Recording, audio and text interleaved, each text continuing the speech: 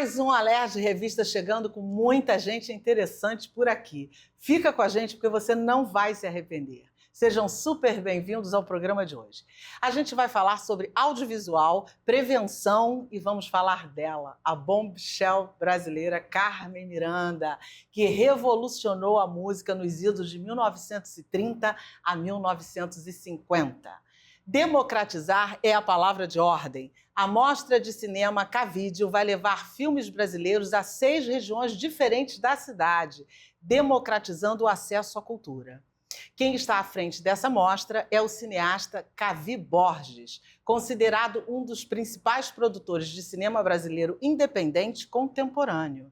E você sabe o que é lipedema? Pois bem, é a síndrome considerada síndrome da gordura dolorosa, que, curiosamente, atinge mais mulheres do que homens. Nós vamos saber o porquê disso, como tratar, como se prevenir e também por que atinge mais mulheres do que homens. Quem fala sobre esse assunto é a doutora Aline Vilela, cirurgiã vascular, experiente em diagnóstico e tratamento de doenças venosas e linfáticas.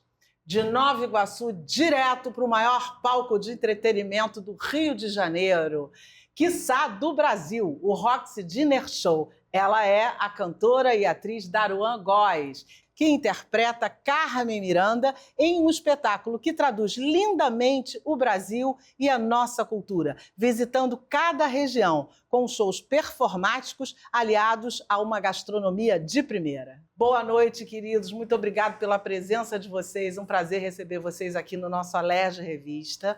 E, como eu disse, vamos falar de assuntos muito interessantes. Nós vamos falar de Carmen Miranda, nós vamos falar de filme e vamos saber como prevenir lipedema no mês do Junho Roxo. Não é isso, doutora? Exatamente. Aline. Cavi, você tem uma história com cinema que surgiu a partir de um acidente quando você era judoca. É isso mesmo? Sim. Conta essa história pra gente, como é que você se apaixonou pelo cinema, o que te fez ir por esse caminho? Eu era atleta de judô desde 4 anos de idade, meu sonho era para as Olimpíadas. Fui selecionado para as Olimpíadas de Sydney, aí fui para o Japão treinar e me machuquei nas vésperas da viagem para Sydney. E aí não pude mais ir para as Olimpíadas, fiquei muito triste. Mas aí tive a ideia maluca de abrir uma locadora de vídeo, ia ser uma locadora só de filmes de luta, lá na Cobal do Maitá.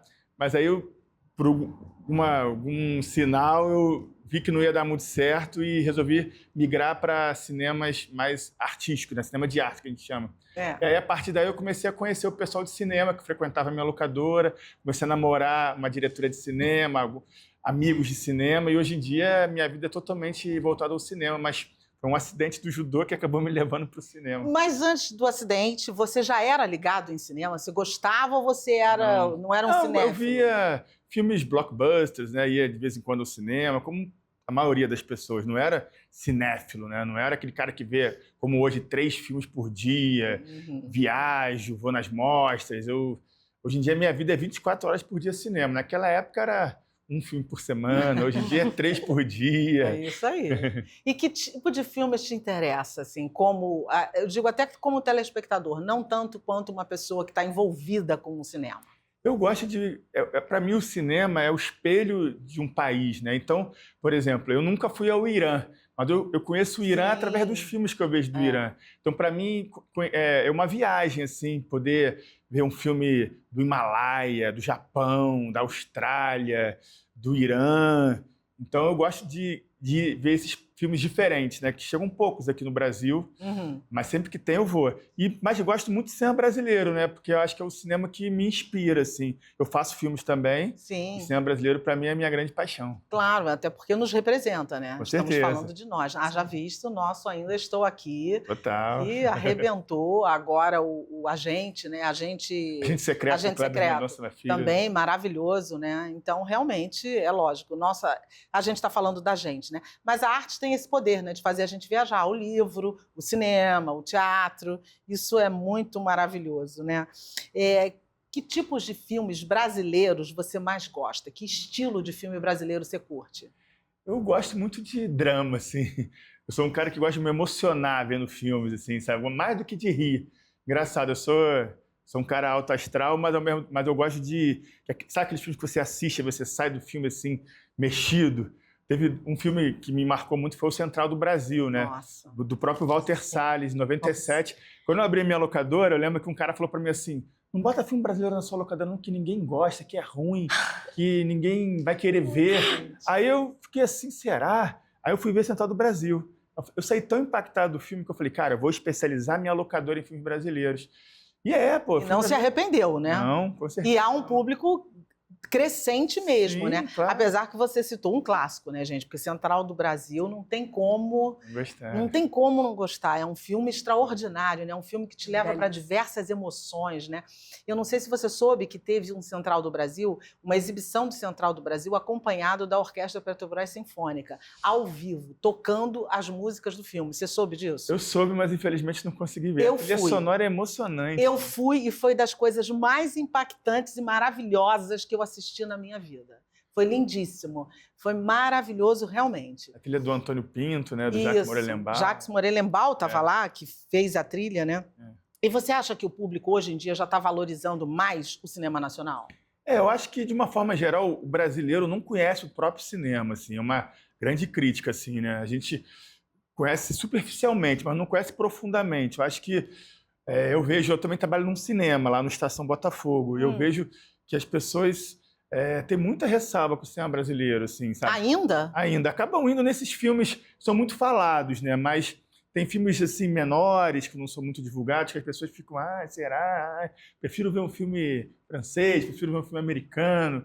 Ainda tem um pezinho atrás. Eu acho que ainda falta divulgar mais, as pessoas conhecerem mais. Que a tendência é você não gostar do que você não conhece, né? Com certeza. Quando você conhece, você vê, nossa, que maravilha, como é que eu não tinha visto isso? Com certeza. E você começou também a fazer mostras, a se preocupar em democratizar mesmo a questão do cinema e da cultura, de certa forma, né? Lançamentos, encontros. Como é que você teve essa ideia? Foi a partir do quê? Então, eu fazia muitas mostras lá do lado da minha locadora, eu abri um cineminha, lá 20 anos atrás, um cineclube. E as pessoas vinham do Rio de Janeiro inteiro para ver aqueles filmes que não tinham disponíveis, numa época pré-internet. E aí tinha gente que vinha de Santa Cruz, vinha de Nova Iguaçu, pegava trem. E assim, eu falava, cara, tem que ter isso lá também, não pode ser só fazer o pessoal vir para cá, tem que fazer a gente ir para lá também, né? Até essa mostra que eu estou fazendo agora, comemorando 28 anos da Cavide, eu estou levando os filmes para Mesquita, estou levando os filmes para Santa Cruz, para Vista Alegre, Cidade de Deus, Rocinha, Vidigal. Hoje eu estou indo correndo daqui para o Vidigal. Então é uma tentativa também de fazer a galera receber também, ter esse intercâmbio, né? Ter um contato, porque Rio de Janeiro não ser só a Zona Sul, né? Com certeza, e às vezes as pessoas mais, assim, que moram mais distantes dos grandes centros, aonde quase tudo se localiza, têm mais dificuldade e às vezes não assiste por falta de oportunidade, né? Então, a oportunidade é fundamental, né? E você tem excelentes resultados nessas mostras, não tem? A galera vai, né? Sim, é porque eu sempre me junto com produtores locais, né? Com grupos que já têm envolvimento com a arte, então eles me ajudam, a gente contrata eles, a gente também remunera eles também para ser uma coisa também que eles sintam como um trabalho, e aí eles divulgam e também se tornam donos da mostra, né? E aí a coisa dá certo, sim. E como produtor, que você também nós temos alguns nós que ainda não foram desfeitos para a gente conseguir avançar mais, principalmente na área da produção. Quais são esses nós, na sua opinião, que precisavam ser mais desfeitos rapidamente? Na verdade, o grande calcanhar de Aquiles do cinema brasileiro não é mais a produção. Fazer filmes, as pessoas estão conseguindo fazer de uma forma ou de outra, com celular, com câmera emprestada, com apoio do governo. A grande dificuldade do cinema brasileiro hoje em dia é a distribuição. É a distribuição, né? É como fazer esses filmes que a gente faz chegar às pessoas. Sim. São feitos, na média, 300 longas por ano no Brasil e nem 100 chegam no cinema. E esses outros 200, onde estão? Como ver? Então, esse é o grande desafio. E a que se deve esse fato? São vários fatores. Poucos cinemas. Poucas salas de exibição. Poucas salas de cinema em áreas, em todas as áreas, não só na Zona Sul. Também interesse dos canais de passar filme brasileiro. A gente tem muita dificuldade assim, de passar um filme nosso num telecine. Agora eles estão mais abrindo para isso. Mas verdade. É muito pouco, sabe? Então tem essa falta de interesse.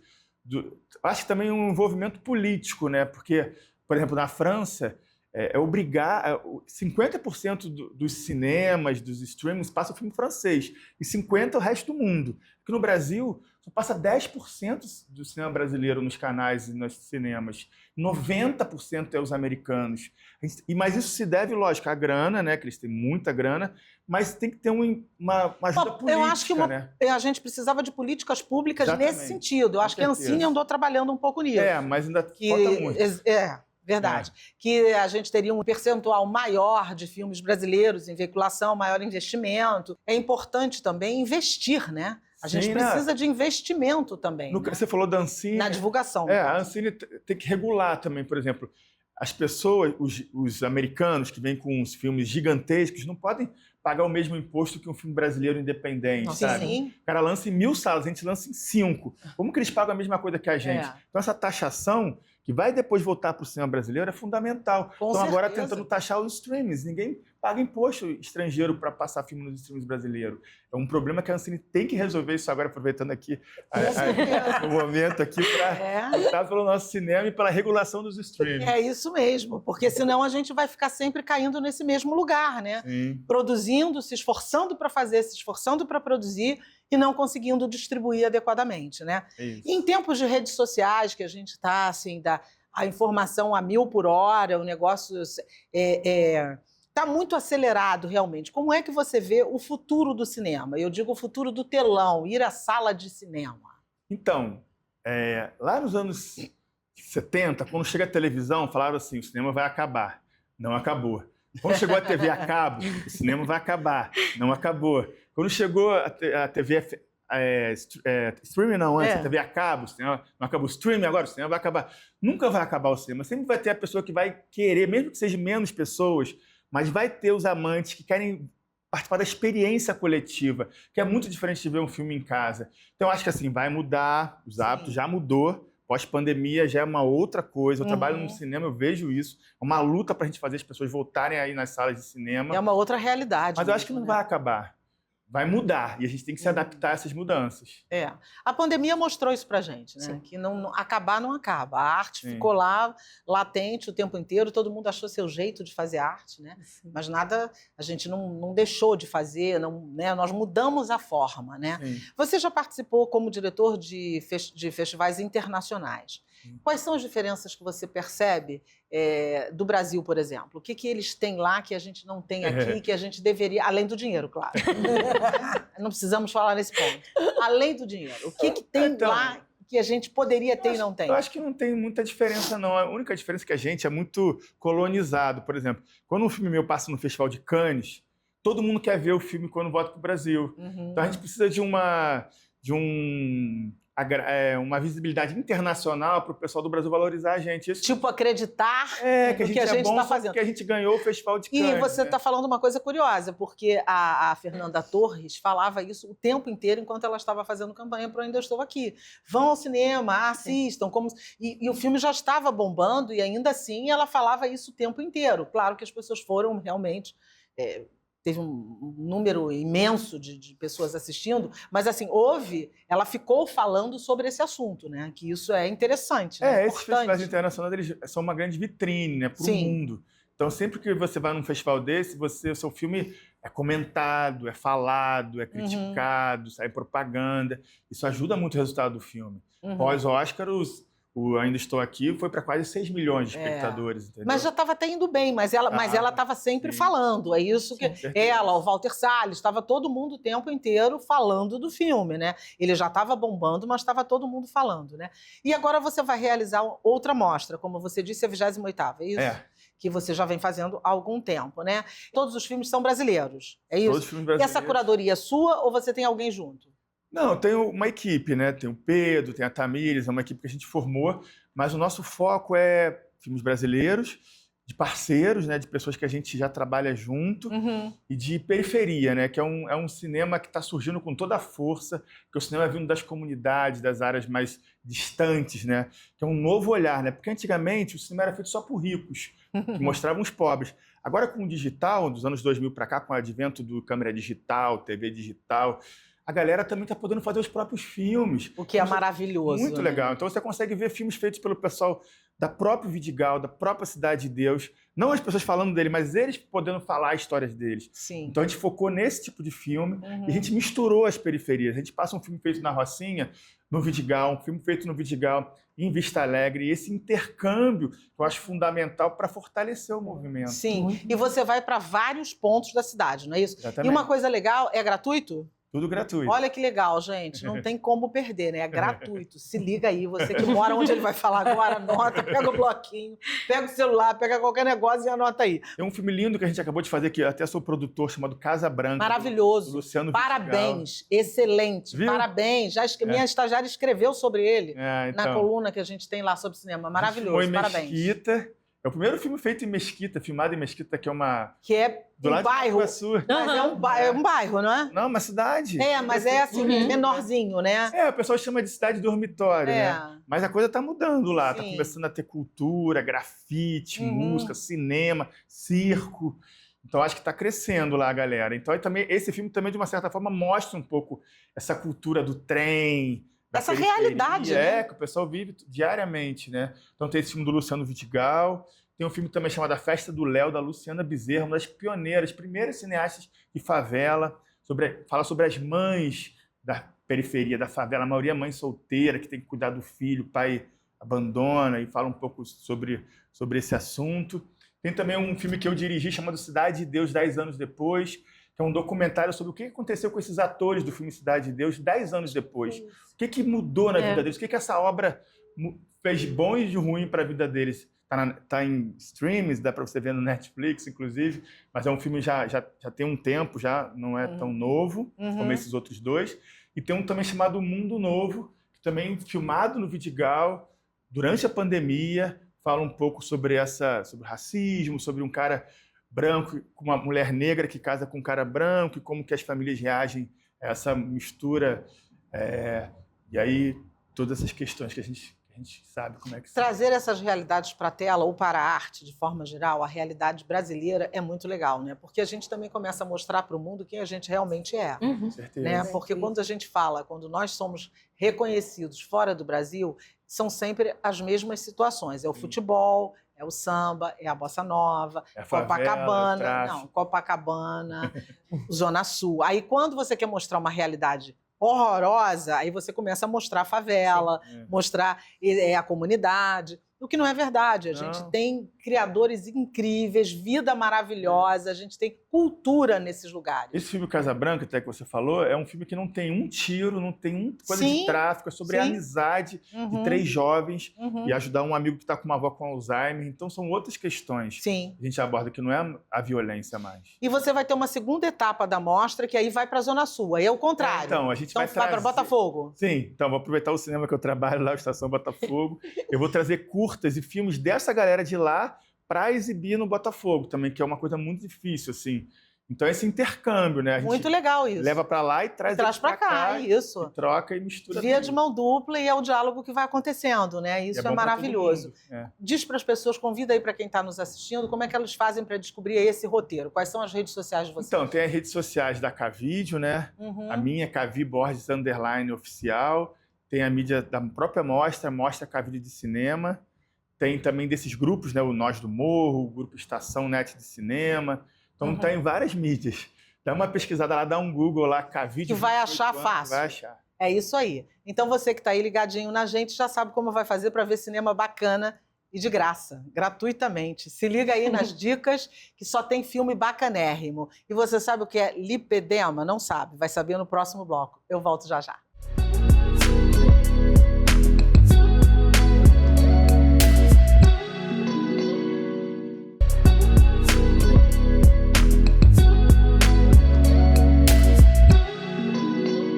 De volta com a Alerj Revista e agora a gente vai falar sobre lipedema, que eu tenho quase certeza que você não sabe do que é isso, assim como eu. Doutora Aline está aqui para explicar para a gente, eu não sei se vocês já ouviram falar sobre isso, já? Lipedema é a síndrome da gordura dolorosa. Gente, eu nunca ouvi falar sobre isso. Eu descobri há pouquíssimo tempo o que Você era. sabia que era nas pernas? Então, sim, e só porque uma amiga descobriu que tinha. Pois é, Então... nós todos não sabemos o que é isso, doutora Aline. O que quer dizer isso e por que é só nas pernas? Como é que é isso? O que é, na verdade, um lipedema? Então, vamos lá. Não é, por mais que tenha chegado ao público há pouco tempo, isso já existe desde 1940. Foi descoberto na Mayo Clinic. Mas de uns 5 anos para trás, mais ou menos, principalmente no último ano, que acho que até uma atriz, né, acho que no Big Brother, alguma coisa assim, que teve uma conotação na mídia, que era conhecida realmente pela síndrome da gordura dolorosa. Qual que era a ideia? Você tinha uma gordura que doía e confundia com obesidade.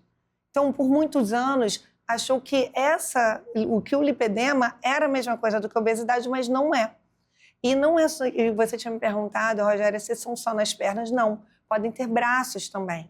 Mas realmente é mais comum no culote, coxa e perna. E uma curiosidade é que poupa pé. Isso difere da obesidade.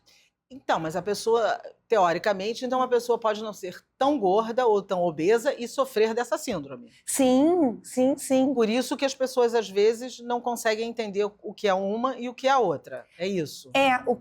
Uma das grandes, assim, a grande característica, você tem uma desproporção. O quadril, normalmente, é muito grande, é desproporcional com o resto do tronco. E tem uma parcela, em torno de 50%, que pode ter obesidade associada. Mas você observa pessoas magras, muitas vezes, que têm essa desproporção. Como se fosse uma gordura localizada. É um pouquinho mais. A gordura localizada é um diagnóstico diferencial também. Aqui tem alguns diagnósticos diferenciais para a gente chegar no lipedema. Sim. Pode ser obesidade, gordura localizada, linfedema. É isso que eu ia perguntar. Quais são os principais sintomas para a pessoa entender, assim, eu posso estar com lipedema e não sei? Uma dor na perna, um desconforto na perna. A palpação, o toque, ele é desconfortável. Eu tenho algumas histórias, inclusive, teve uma paciente que o diagnóstico do lipedema salvou o casamento dela. É verdade, isso é verdade. Porque ela tinha... E aí, a gente acaba entrando em alguns conceitos. Porque ela era uma mulher jovem, tinha tido um filho, estava com um filho de 6 meses, e depois que da gestação dela, ela começou a ficar com um desconforto muito grande na perna. E aí o marido queria fazer carinho nela e doía. E ela não gostava. Ela não gostava. Ela rejeitava o carinho do marido. E aí ela falava, não, mas isso dói. Ele não levava a sério, ele achava que era alguma coisa com ele. Então o casamento estava em crise. E aí quando ela chegou...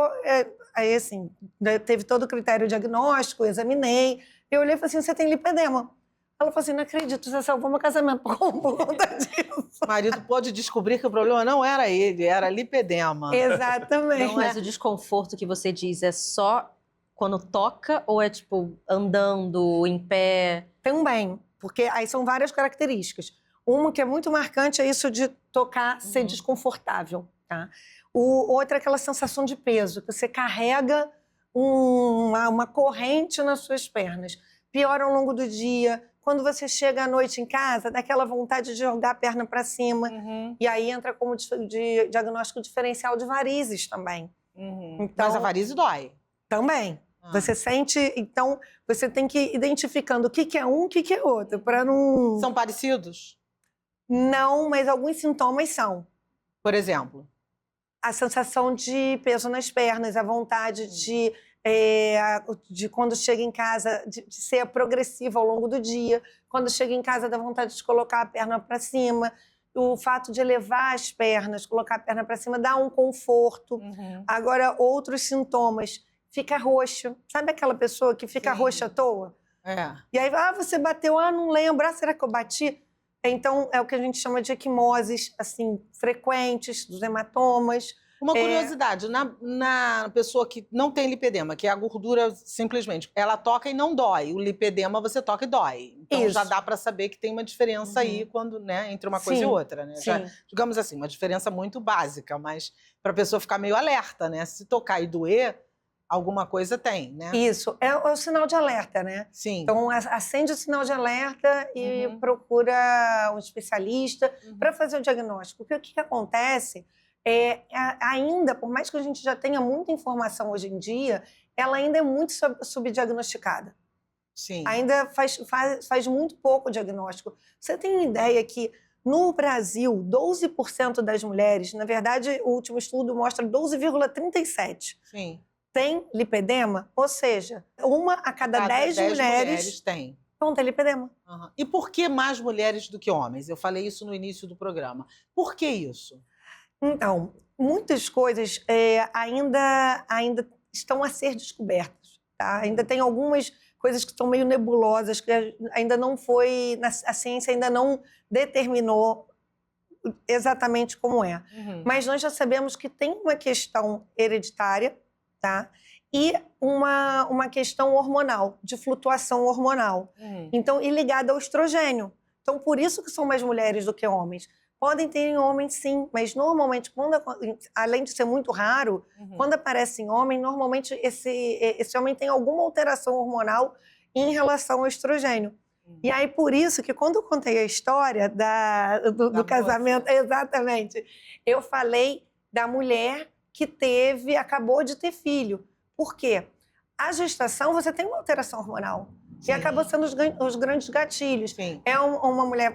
Tem a questão hereditária, que ainda não se descobriu exatamente como funciona, mas a gente sabe que tem uma questão hereditária. Quais são os momentos de flutuação hormonal na vida da mulher? A primeira menstruação, né, na puberdade, na menarca, quando tem filho, na gestação e na menopausa. Que são momentos que você tem o corpo completamente transformado também, né? Sim. A gente fica totalmente diferente. Sim. No início da vida, na adolescência, quando a gente tem a primeira menstruação, e na gravidez, então, especialmente, né? A gente muda muito, né? Existe alguma idade mais provável para se ter lipedema ou não? Ou em qualquer idade é possível? Assim, uma adolescente pode ter e uma idosa também pode ter? Sim. Principalmente, né, nesses períodos, nesses 3 marcos da vida da mulher. Na adolescência, quando tem a primeira menstruação, na gestação e na menopausa. Muitas vezes, o que eu vejo com muita frequência no consultório, são mulheres que desde novinha já tinham, mas era mais sutil. E aí fala assim, poxa, desde nova eu não conseguia colocar bota, porque tem aquela desproporção da panturrilha, verdade, e a bota não fecha. Ou então... eu sentia que parecia que eu tenho um corpo em cima e um corpo embaixo. Ou a vida inteira eu fiz muita atividade física e eu ficava magra, mas isso daqui não ia. O sedentarismo pode ser uma dessas causas, da causa do lipedema? Quais são as causas, assim? Tem uma ligação hereditária também ou não tem? Sim, tem ligação hereditária, tá? Tanto que hoje a gente já sabe que... de 36% a 64% das mulheres com lipedema têm história familiar. E aí, muitas vezes, até uma das coisas que, na consulta, assim, quando vai fazer o diagnóstico, eu pergunto como é que são as mulheres da sua família? Como é o corpo das mulheres da sua família? Normalmente, eu tenho uma tia que ela é igual, a minha avó era assim. E muitas vezes tem, assim, em todas as gerações. Normalmente pula uma geração ou outra, mas é muito comum. Tem como evitar? Por exemplo, se alguém na sua família tem, você tem como, sabendo que alguém tem, a outra pessoa, a filha, pode evitar caso a mãe tenha? Existe essa possibilidade? Existe a possibilidade de você identificar precocemente quando está começando. Tá? Por exemplo, a minha mãe, eu tenho um corpo parecido com a minha mãe. Sim. Então, é importante procurar avaliação médica, que o médico especialista, no caso vascular, vai avaliar e vai falar assim, realmente você tem característica, tem chance, então já começa precocemente para que essa mulher não desenvolva. Porque tem fases, tem graus, na verdade, o lipedema. Tem níveis, né? Tem níveis. Então, assim, o inicial é quando você tem uma desproporçãozinha leve, e a pele, às vezes, pode ter um pouquinho de celulite, mas é uma coisa muito sutil. Mas aí observa esses sintomas que eu te falei. Sim. A perna dói. Então, sabe aquela coisa, o gato vai subindo no telhado? Aos pouquinhos você vai vendo. Você vai... E uma vez detectado, qual é a primeira medida, qual é a primeira providência que se deve ter? Claro que ir ao médico, mas, óbvio. Mas, assim, o que a pessoa pode fazer logo que ela acha que tem ou que pode estar com lipedema? Então, uma vez que está diagnosticado, o médico ele vai orientar quais são os passo a passos, tá? Antigamente, achava que é cirurgia, resolve com cirurgia. Não é. A cirurgia é uma ferramenta. Sim. Mas antes disso, você tem que ter o tratamento conservador, que a gente chama, que está muito relacionado com alimentação, com atividade física, com hábitos de vida. Sim. Identificar, de repente, alguns alimentos que que piorem um perfil inflamatório, que a gente chama. E muitas vezes, assim, para explicar para o paciente, fica assim, perfil inflamatório, fica assim, gente, coisa complicada, o que é isso? E aí eu pergunto, tem algum alimento que quando você consome, você fica estragado no dia seguinte? Você acha que está mais inchado? E aí a gente vai limpando e vai entendendo, porque cada paciente é único. Sim. Então, muitas vezes, o que é gatilho para um... Não é para o outro. Não é para o outro. E uma coisa importante é que quando fala, tudo bem, os pilares, a base é alimentação e exercício. Mas não é a alimentação, vou fazer dieta restritiva, não é isso. Tem que identificar quais os alimentos que realmente são gatilhos para você. E a mesma coisa da atividade física. Não é, vou ficar o dia inteiro correndo na esteira, vou começar um crossfit. É indicado, tem alguns exercícios que são indicados. E você observa também a aptidão daquela pessoa, daquele paciente, para determinado exercício. Por exemplo, um paciente sedentário, tá com sobrepeso, que mais de 50% tem sobrepeso e obesidade. Sim. Então, uma pessoa que nunca fez atividade física, você não vai colocar a pessoa para correr. Claro. Porque você vai Até lesionar. porque ela não vai conseguir também, né? Mas ainda está com dor, né? Porque, como a gente falou, dói, né? Mas eu vou te contar que a gente vê de tudo. Tem doido para tudo, né? Mas, assim, a pessoa provavelmente vai ter muita dificuldade, né? Sim, vai ter dificuldade. Isso que antigamente era o que desestimulava essas mulheres. Que chegam assim, mas eu já fiz atividade física, mas eu já fiz dieta. Não é dieta, é uma alimentação direcionada para isso. A atividade física normalmente é de baixo impacto. Muitas vezes a gente indica atividade na água. Hidroginástica ajuda? Sim. Porque eu acho que mexe com a circulação, é isso? Tem a ver? Tem, perfeito, exatamente isso. E a água, ela faz uma drenagem natural também. Fora que você consegue fortalecer essa musculatura, colocar esse corpo em movimento sem uma carga na articulação. Sim, mas os homens não estão livres, né? As mulheres têm mais, mas os homens também têm, né? Também precisam ter atenção ao seu corpo, a situações diferentes no corpo, né? E uma questão assim que eu acho importante é a gente saber, lipedema tem cura? Até hoje, ainda não, mas tem tratamento. Sim, que é o que a gente... melhora. Melhora muito, muito, muito. Que é o que a gente fala, é uma doença crônica e progressiva. Sim. Crônica, ainda não tem cura, mas tem tratamento. Progressiva, se nada for feito, aquilo ali vai piorando. E o impacto na vida dessas mulheres é muito grande. Não só na parte estética, de autoestima. Pode tirar a mobilidade, por exemplo? É exatamente isso. Você leu meus pensamentos. Exatamente isso. E essa que é a grande questão, porque assim, a gente sabe que tem impacto na autoestima, socialização, tudo isso, mas principalmente quando vai evoluindo, você vai tendo uma deposição e uma desproporção muito grande. Então, aquele quadril, aquela coxa tem aquele tecido gorduroso, que ele funciona diferente de um tecido, essa célula adiposa, ela funciona de uma maneira diferente, por exemplo, da gordura da obesidade. Sim. Ela tem algumas coisas que alteram a circulação. São componentes diferentes. Ela funciona diferente. E ela vai aumentando de tamanho, vai aumentando de número. E isso vai tendo uma deformidade na perna. E com isso você começa a rodar fêmur e até alterações na mobilidade e alterações também. São mulheres, principalmente nas fases mais avançadas, que estão mais propensas à dor no joelho e até mesmo a artrose no joelho, indicação, muitas vezes, de prótese. O tratamento é longo? Como é que funciona? Depende da gravidade. Exatamente. Depende de quando essa mulher começa a procurar ajuda, a procurar tratamento. Fases iniciais tem muito mais a ver com a gente identificar quais são os gatilhos e alinhar aquilo. E aí é uma coisa que eu sempre falo, a gente acaba sendo mais como um maestro na orquestra, dar conhecimento para a paciente, para ela entender, olha, isso daí você faz assim, assado, e a gente acompanha. Mas à medida que tem a evolução, E aí são tratamentos mais longos. Tem alguns fatores que podem ser mais prejudiciais, como, por exemplo, você já falou, a vida sedentária, algumas coisas assim. Por exemplo, bebida alcoólica. Sim. Influencia Sim. negativamente, no Sim. caso? Sim. Negativamente, vamos deixar claro. Assim, tem os gatilhos, né, que a gente chama. E o gatilho está muito ligado com estilo de vida mais pró-inflamatório. O que seria isso? Por exemplo, a alimentação. Aquela pessoa que desembala mais do que descasca. Ou seja, que consome mais alimentos ultraprocessados. Sim. Isso pode ser um gatilho. Certo.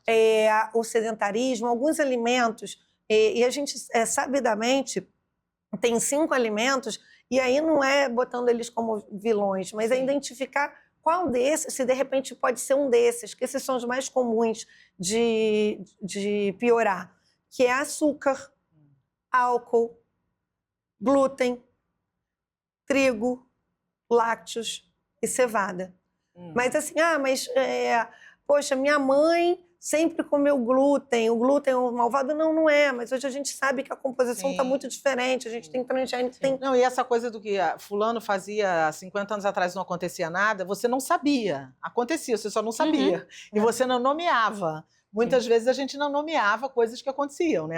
Acontecia, a gente não sabia o que era, né? Mas acontecia. E ainda nesse ponto, a gente na vida moderna, a questão do estresse. O estresse pode ser um gatilho, privação de sono. Dormir bem é fundamental para a vida, né? Sim, porque na hora que a gente, durante o sono, uma coisa que eu falo, o nosso organismo, ele organiza a bagunça que a gente faz durante o dia. Com certeza. Então tem a produção de uma série de hormônios, uma série de substâncias, faz também a depuração de algumas substâncias mas que não são tão boas para o organismo. Enfim. E quais seriam, então, as principais dicas que você deixaria para quem nos ouve para se prevenir mesmo, para tentar prevenir a lipedema? Identifica se tem algum desses sintomas, identifica se na família tem alguém, você tem uma desproporção, sente dor na perna, todas as mulheres da minha família são assim, então procura ajuda. Homem também? Também, mas o homem é muito mais raro. Normalmente no homem está ligado a alguma alteração hormonal em relação ao estrogênio. Sim. Tá? Então, assim, essa é uma dica. Outra, descasque mais e desembale menos. Essa é boa, adorei essa. Pra tudo na vida. A gente vai levar pra vida essa agora, pra né? Tudo. Questão de água. Beber água. Beber bastante água. Exatamente. E uma coisa que eu sempre falo, o corpo foi feito para estar em movimento. Então, movimente-se, sabe? Movimenta seu corpo. Tudo isso são maneiras de você prevenir. Se você tem uma predisposição, de você evitar aquele gatilho. É possível esse tipo de tratamento em qualquer ambiente público, em qualquer hospital público? As pessoas conseguem ser tratadas em qualquer lugar? Ainda não. Ganhou CID em 2021, 2022, né, que no sistema público realmente foi documentado e visto como lipedema, porque durante muito tempo eu achava que não existia, como você mesmo falou, que era uma gordura localizada, uma obesidade, mas na rede pública ainda, infelizmente... Ainda não tem. Ainda não tem. Então é importante que a gente agilize esse processo. Obrigada, doutora Aline, foi muito bom ter essas informações para a gente ficar mais alerta agora, nós mulheres principalmente, não é? E você não sai daí não, que é rapidinho, a gente volta já, vai lá rapidinho e volta, porque depois Carmen Miranda chegará aqui no Alerj Revista. Eu volto já.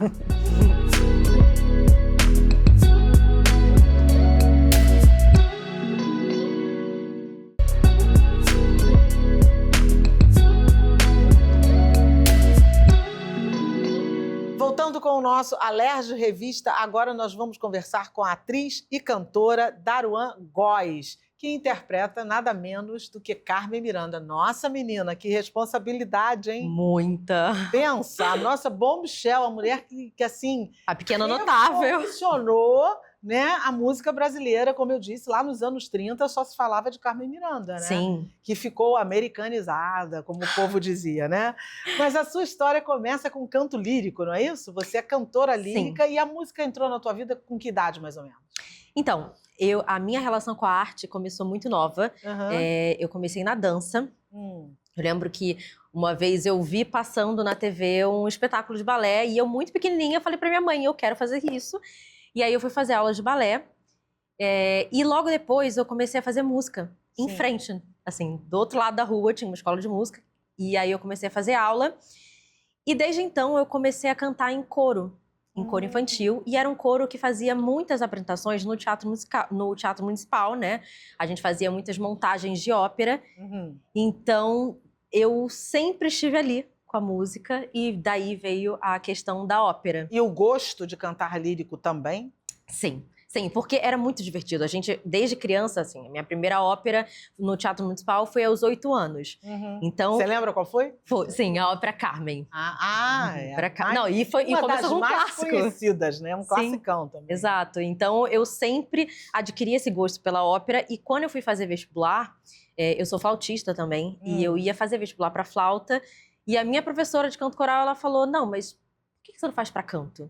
Você já canta, você tem uma voz bonita, eu te preparo. E aí eu falei, então tá bom. Por que não, né? Por que não? É mais desafiador, de fato, cantar lírico do que popular? São técnicas diferentes, né? Eu acho que exige um pouco mais de estudo, né? Mas eu acredito muito no canto crossover, que é você conseguir virar a chavinha e cantar o que você quiser cantar. Então, Mas quem canta lírico, canta popular. Quem canta popular, não canta lírico necessariamente. eu não é vou isso? falar uma coisa polêmica, mas eu acho que vale para as duas. Sim. Nem sempre quem canta lírico consegue cantar bem popular. Sim. Por conta da impostação, né? O lírico tem uma impostação muito diferente e às vezes a pessoa não consegue virar a chavinha para cantar, para descolocar, né, a voz A voz. para MPB. Então, é estudo. O que mais te atrai no canto lírico?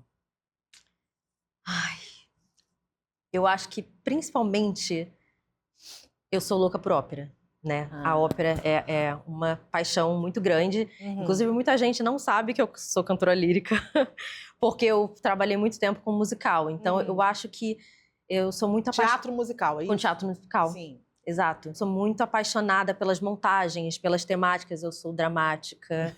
Então, a coisa do drama me pega muito. Não, drama e canto lírico tem quase tudo a ver. Tá ali, ó. Tá bem perto uma coisa da outra. Muito. Né? Então, meu repertório de lírico tem coisas divertidas, tem coisas alegres. Mas eu sou aquela pessoa que eu gosto de um drama, então eu puxo sempre por esse lado. E o teatro chegou de que jeito na tua vida? Porque você começou cantando, depois você foi pro coro, como você falou, e o teatro foi chegando. Como é que aconteceu? No início da adolescência, eu fiquei sabendo que estava abertas as inscrições pro Teatro Tabalado. Sim. Só que eu não venho de uma família com dinheiro, né? E nem teatral? Nada, não. Você foi a primeira?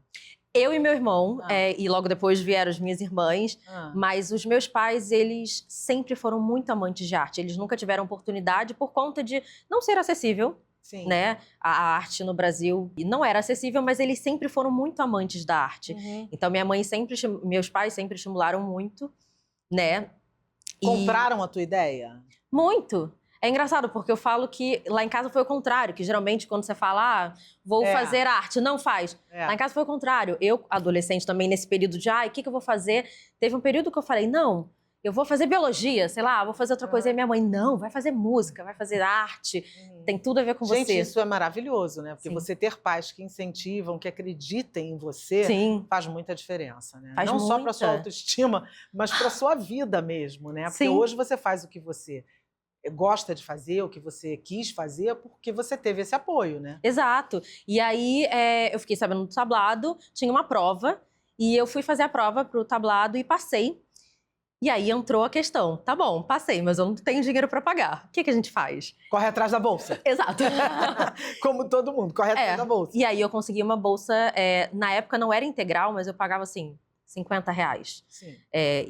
Praticamente... E depois eu consegui uma bolsa integral e ainda consegui puxar minha irmã, que veio fazer aula também. Que legal. E aí você se identificou muito com o teatro também. Muito, muito. Você consegue escolher entre uma coisa e outra, ou você quer estar sempre unindo uma coisa a outra? Então, aí veio o teatro musical, porque foi a forma que eu encontrei... Porque a ópera, óbvio, tem ali. A música e o teatro estão ligados, mas... no teatro musical, você tem muito a questão da fala. Sim. Então, E eu sou bailarina também, então, quando eu descobri o teatro musical, eu estava no primeiro ano da faculdade, eu tinha 18 anos, e aí eu falei, meu Deus, é isso. Eu vou conseguir Porque, unir na verdade, tudo. o teatro musical é um tripé, né? Você precisa Exato. cantar, dançar e interpretar, né? Sim, e por mais que você não precise ser expert nos três... Não, ninguém é. Você quer dizer, ninguém não. É raro você encontrar uma pessoa que tenha as três funções muito bem feitas. Mas, assim, você precisa atuar sobretudo, mas você precisa também cantar e dançar, né? E no teu caso, você jogava nas 11, né? Sim. Eu consigo... eu sou musicista, inicialmente, eu sou mais musicista e atriz. A dança, eu danço, né? Eu comecei na dança. Mas ficou um pouco... Mas ficou, resguardado, né? Mas... E como é que você chegou para o teatro musical? Qual foi o teu primeiro espetáculo? Como é que aconteceu isso? Como é que chegou essa oportunidade para você? Meu primeiro espetáculo tem uns 9 anos, quase 10 anos. Foi aqui no Rio, foi um espetáculo que falava sobre o movimento da Tropicália. E foi incrível, porque começar com um espetáculo brasileiro... É maravilhoso. É maravilhoso. Com certeza. E aí, desde então, não foi fácil. A minha relação com o teatro musical aqui no Rio foi bem complexa, foi difícil furar essa bolha. E aí veio o Fantasma da Ópera. Que é maravilhoso. Tiveram as audições, que eram em São Paulo, e eu resolvi ir fazer a audição. E passei. E fiz o Fantasma da Ópera. E de lá pra cá, assim, realmente, tudo mudou. Assim, o Fantasma da Ópera foi o espetáculo que me fez realmente furar essa bolha. Então... Que hoje já está bem melhor, né? Porque hoje nós já temos muitas audições, a gente já tem muito musical brasileiro acontecendo, né? E isso abre muitas portas. As pessoas podem fazer audições, qualquer pessoa que eu digo, qualquer profissional pode começar a ir por esse caminho, a tentar, pelo menos, chegar lá. Você não precisa necessariamente de ninguém para te indicar ou para lembrar do seu nome, né? Porque isso era assim há algum tempo atrás. Graças a Deus a coisa já está caminhando e a gente já está indo, e com excelentes espetáculos, diga-se de passagem, né?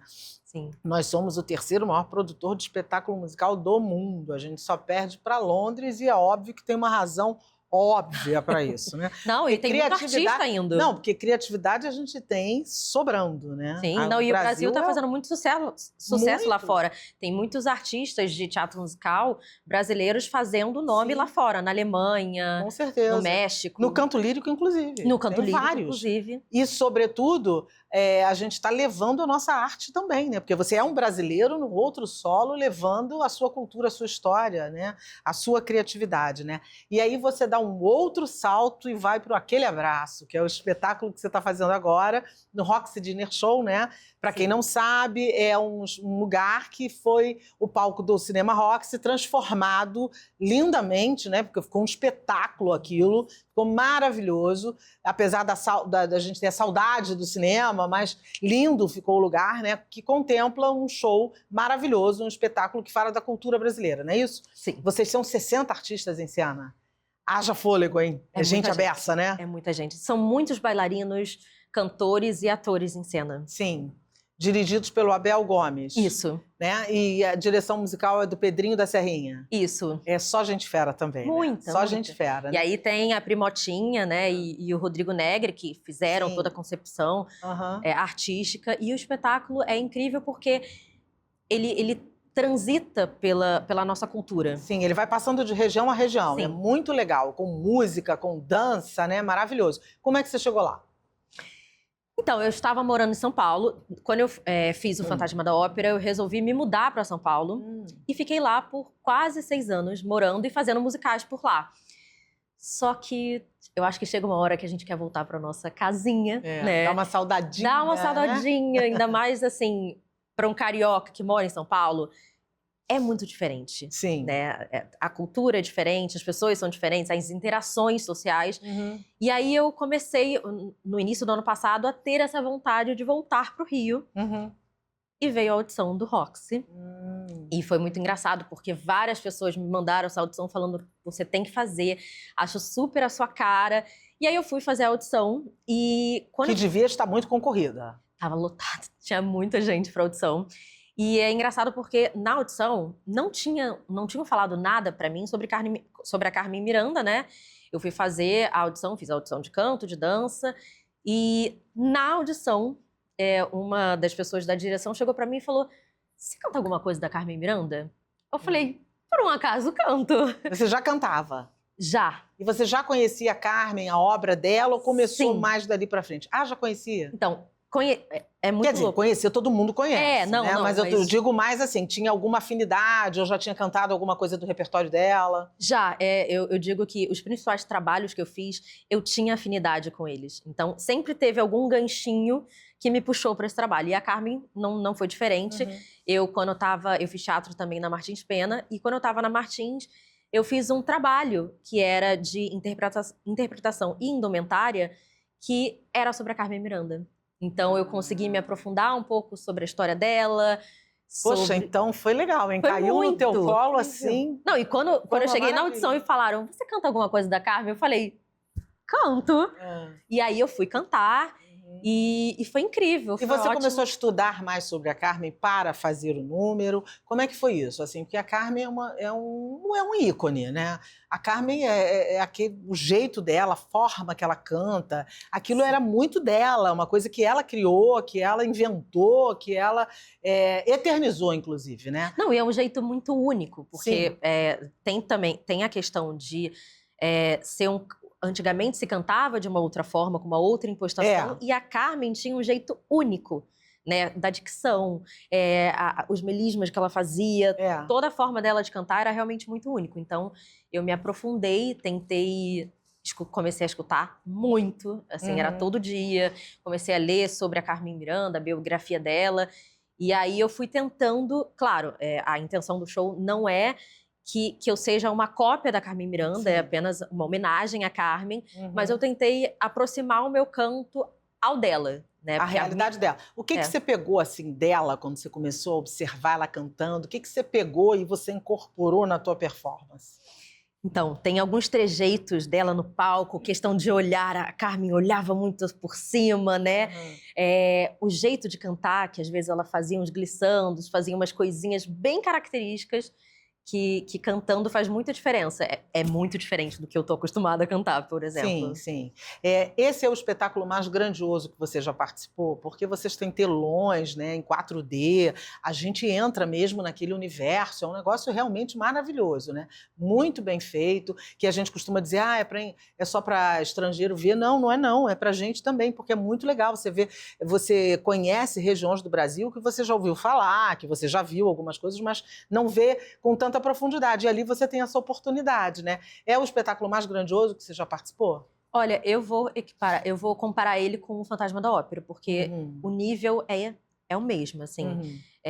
O aparato técnico, o Roxy investiu num telão de LED, e aí tem filmagens incríveis de todo o Brasil que passam no telão, então é realmente um espetáculo muito grandioso. E todo mundo, você falou agora, todo mundo que vai assistir, brasileiro que vai assistir, vai com uma concepção e sai realmente maravilhado, porque é isso. É um espetáculo que retrata o Brasil de uma forma muito bonita, não é estereotipada. Então, assim, é bom que mostra também para quem vem de fora que o Brasil vai além, né, do que estão acostumados a ver lá fora. Também. Ali tem, inclusive, um grupo de bossa nova, né? E é muito legal que não tem só isso. Que não é nem só, né? Não é nem só. Não, mas que vai além. Mas além, ainda tem um grupo, né?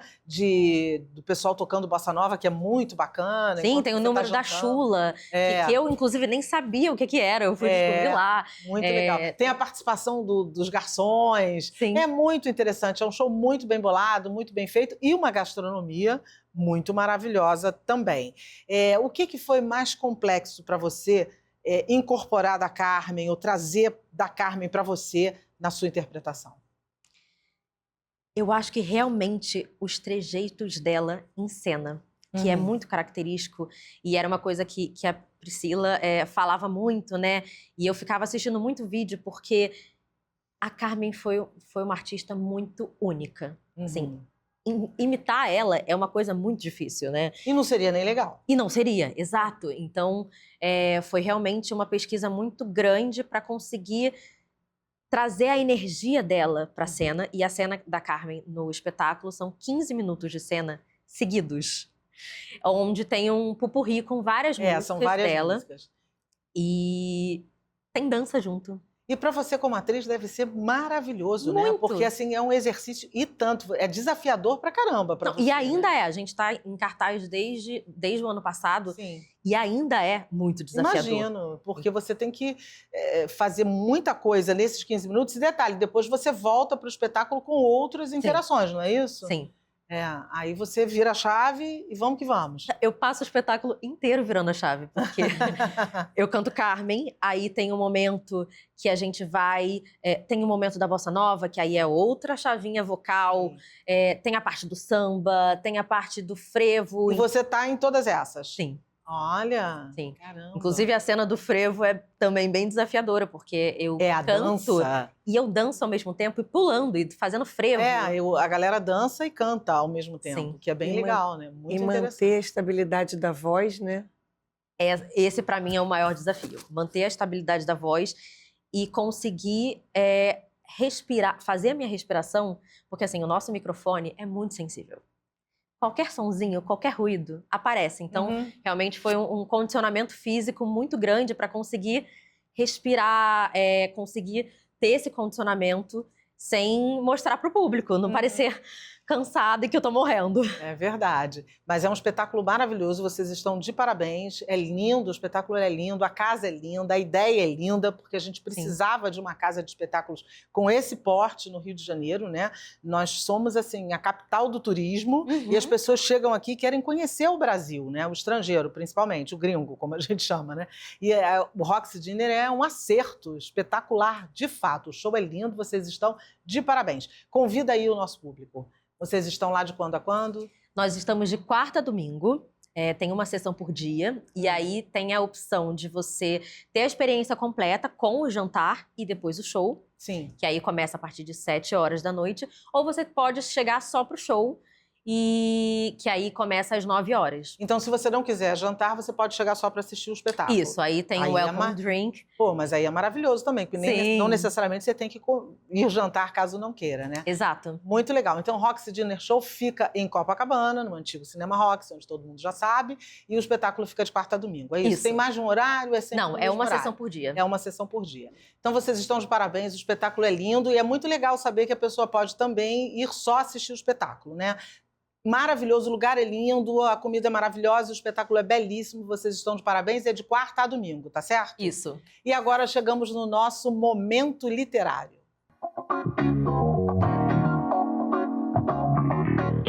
O que vocês andam lendo? O que você anda lendo, Daruan? Eu atualmente estou lendo Tudo é Rio, da Carla Madeira. Você, doutora Aline? Uma Vida Bem Vivida, Gladys McRae. Esse livro tá... Todo mundo tem comentado sobre ele. Cavi? O último livro que eu li foi sobre a biografia do Cacá Diegues, chamada Minha Vida no Cinema. Cacá Diegues, que acabou de nos deixar, um ícone do cinema brasileiro. Eu costumo dizer que o Cacá mostrou o mundo pra gente pelo cinema, né? Ele era maravilhoso, de fato. Eu vou indicar A Casa do Morro Branco e Outras Histórias, de Raquel de Queiroz. É um livro maravilhoso que reúne 9 histórias da Raquel de Queiroz. Eu sou super fã dela e indico muitíssimo. É um livro rapidinho de ler, uma delícia. Eu amei e super indico. E agora sim, a gente vai ter a alegria, o prazer de ver aqui no Alerj Revista, Carmen Miranda.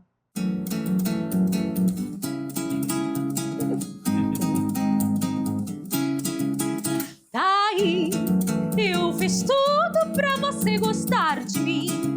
Oh, meu bem, não faz assim comigo, não. Você tem que me dar seu coração. Tá aí, eu fiz tudo pra você gostar de mim. Oh, meu bem, não faz assim comigo, não. Você tem que me dar seu coração. Meu amor, não posso esquecer. Se da alegria faz tão bem sofrer. A minha vida foi sempre assim, só chorando as mágoas que não têm fim.